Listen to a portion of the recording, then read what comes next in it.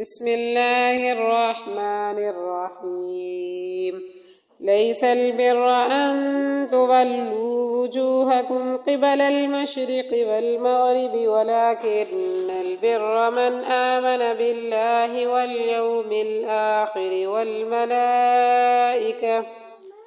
والملائكة والكتاب والنبيين وآتى المال على حبه ذوي القربى واليتامى والمساكين وابن السبيل والسائلين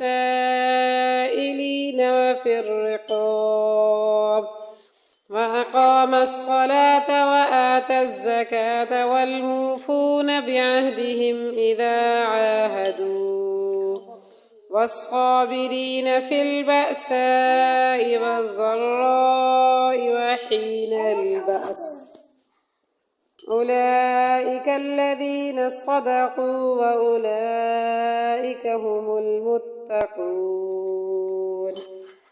يا أيها الذين آمنوا كتب عليكم القصاص في القتلى الحر بالحر والعبد بالعبد والأنثى بالأنثى فمن عفي له من أخيه شيء فاتباع بالمعروف وأداء إليه بإحسان ذلك تخفيف من ربكم ورحمة فمن اعتدى بعد ذلك فله عذاب أليم.